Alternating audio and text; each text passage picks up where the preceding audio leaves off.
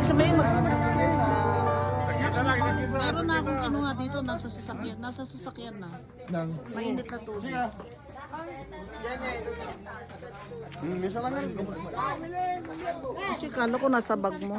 Baka nigay ko na sa'yo. Baka na siya.